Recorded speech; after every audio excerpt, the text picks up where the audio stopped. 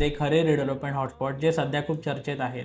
जर तुमची इमारत 30 ते 40 वर्ष जुनी झाली असेल तर एक गोष्ट लक्षात ठेवा, बिल्डर तुमच्यापेक्षा जास्त तुमच्या इमारतीमध्ये इंटरेस्टेड आहे. चला कोणते आहेत ते हॉटस्पॉट, त्या लोकेशनची नावं सांगतो, पण त्याआधी हा व्हिडिओ सेव्ह करा. सर्वात पहिली हॉटस्पॉट लोकेशन आहे वांद्रे, खार आणि सांताक्रूज. इथे जमिनीची किंमत इतकी जास्त आहे की इथे बिल्डर जास्त कार्पेट एरिया द्यायला सुद्धा पुढे मागे बघत नाही. दुसरी लोकेशन आहे चेंबूर आणि घाटकोपर.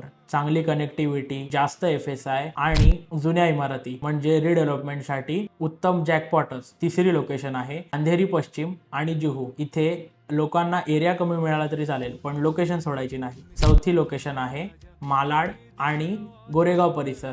इथे हायवेची कनेक्टिव्हिटी आणि मोठे लँड पार्सल म्हणून रिडेव्हलपमेंट खूप वेगाने होत आहे. पाचवी आणि शेवटची लोकेशन आहे माटुंगा आणि दादर. इथे प्रत्येक नवीन प्रकल्प प्रीमियम प्राइसवर लगेचच विकला जातो. चला मला खाली कमेंट करून सांगा